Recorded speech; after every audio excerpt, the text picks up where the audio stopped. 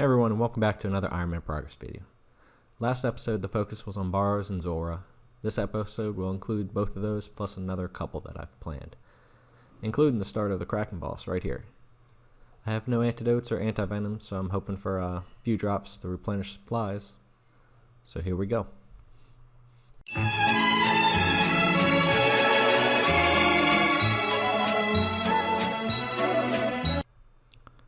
And from our very first Kraken kill, raw shark. That's not bad. And that'll be one more casket to the stack. And that marks the final kill of the task. No uniques, but anyway, I'll go ahead and put the loot up on the screen. End up getting, fairly decent amount of stuff that's useful. Pretty much got all the runes back that I spent here. It's cash, alcohols, the battle staffs are pretty much cash. 30 snapdragons, which is definitely good.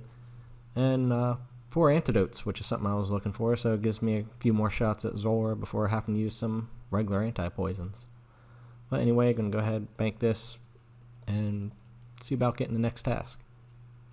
Instead of getting a Slayer task right away, I figured we'll go ahead and knock out a quest, since there's been a disturbance in Rellekka. That's right, we're going to finally go ahead and knock out the Fanatic Exiles quest. Got all the requirements. It'll unlock a new boss for us once I unlock it in the Slayer Master. But give us a chance to get that basilisk jaw. Hey, what do you know? And the loot from my troubles from spending all this time helping the people of Rellekka is that I get to be exiled from Rellekka. But nevertheless, the hero is back to save the day after getting the item that the people needed in order to slay the boss.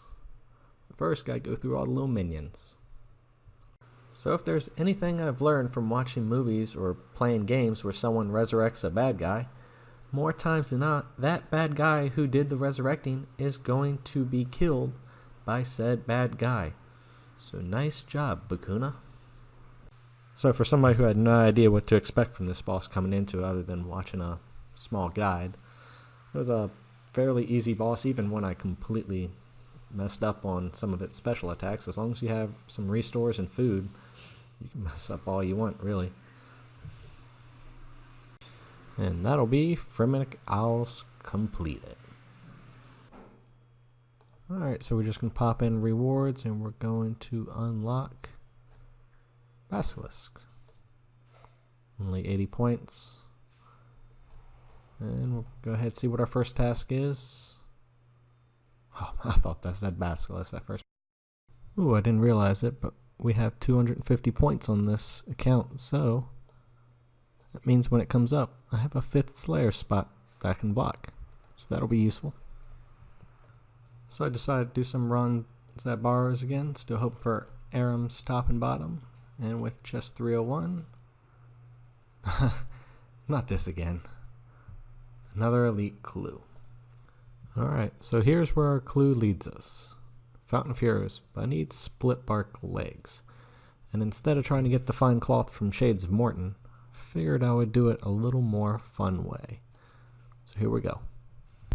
So it's been a long time since I've killed Chaos Fanatic, and this will be the first time actually on this account. Oh. Alright, not a peek here. But gonna go ahead and take a risk out here. There's really nothing I'm gonna lose out here as long as I keep protect item on. My rune crossbow will be protected. And as you can see, it's pretty easy to avoid the damage from him. But my food is stew, so when I do have to heal, I won't lose an item spot since he does disarm me with one of his attacks.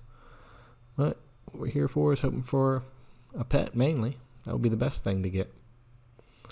Or, of course, well, for the clue I need split bark legs. But he also drops split bark top, which will be used for a different clue. Ooh, split bark body. Not the item I need it right now, but an item I definitely need in the future. Go ahead and save that one. And a second split bark body. Actually, you need one for an elite clue and one for a master clue. But instead of risk losing them, I'll go ahead and get out of here with them and come back for another round, try to get legs. And that'll be 88 range. And it looks like I am not getting it within the drop rate. I think it's 1 in 25.4 or something. Oh well. Got 2 tops at least, which is the same drop rate. We can kill a few more. Hope for the best here. Here we go. Very next skill. Guess all you need to do is do a little complaining and works out for you. We're going to go ahead and get out of here. And 1 more casket for the stack. Ooh, Darrock's plate body. That one right there is definitely a unique and puts us at 2 for the set. And a duplicate Karel's leather skirt.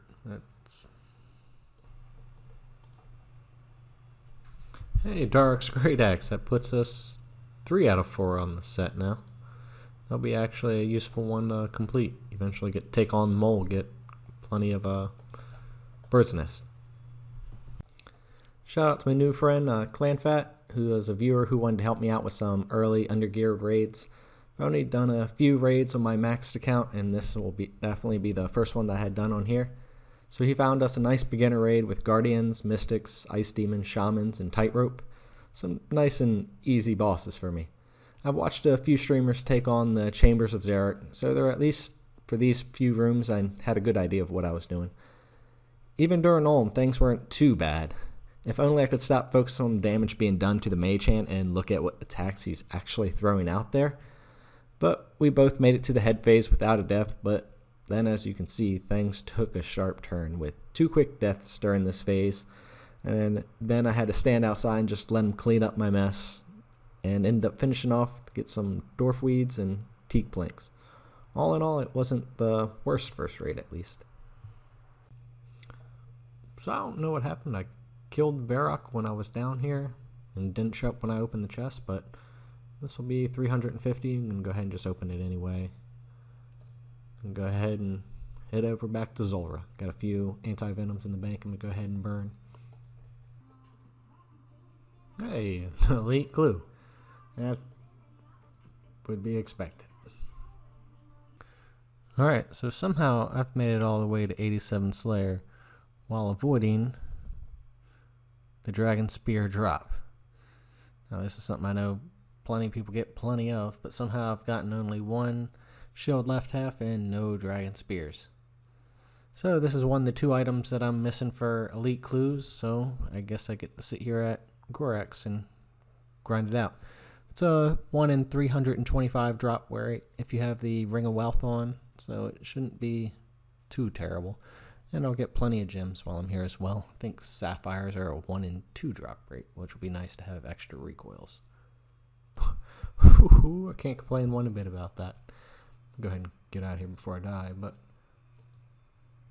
there we go. 45 kills on the first pack. It was the last kill I was going to get during that trip. But also got plenty of gems there too, but more importantly, I can go ahead and knock this clue out. And my last chance for antidotes.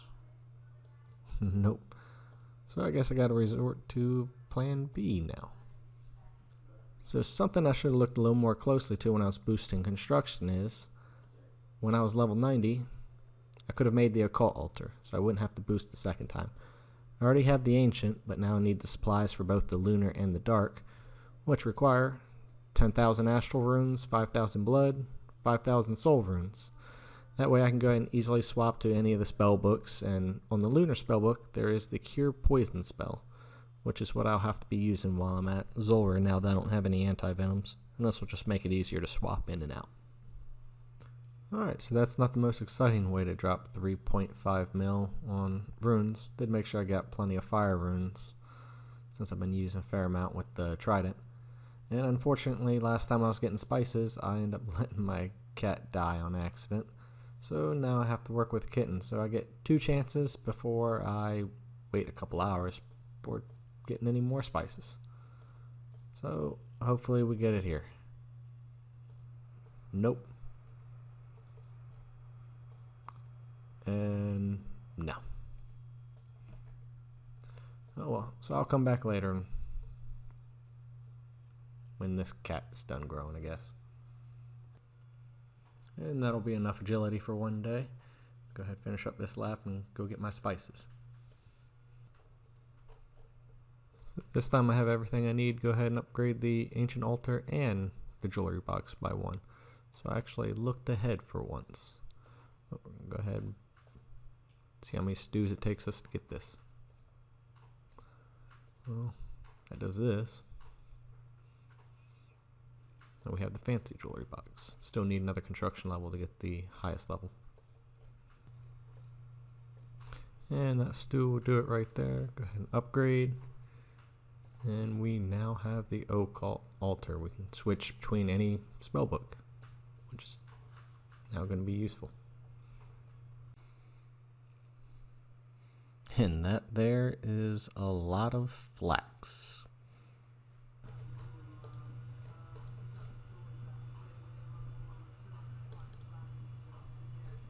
Oh wow. Banged out again. Hey, down to 2 minutes for a single kill. Probably just got lucky, but it's still pretty awesome.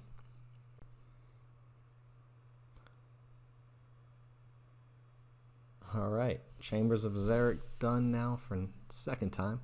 Only died once during that raid, and don't mind that I have no food left, and that I'm poisoned, but let's see what we get. Golden soul runes. Whatever, at least we're learning. It's better than the first time. So this kill will mark being 200 dry at Solra. Unless... Nope. Never lucky, man.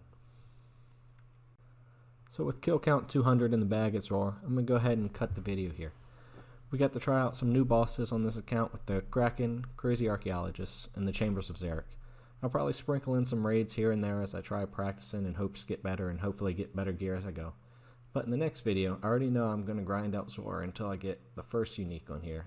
Then see from there what boss I'm going to be taking to next.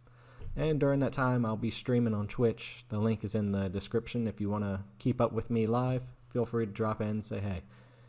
So, thanks for watching my video, and I hope to see you again in the next one.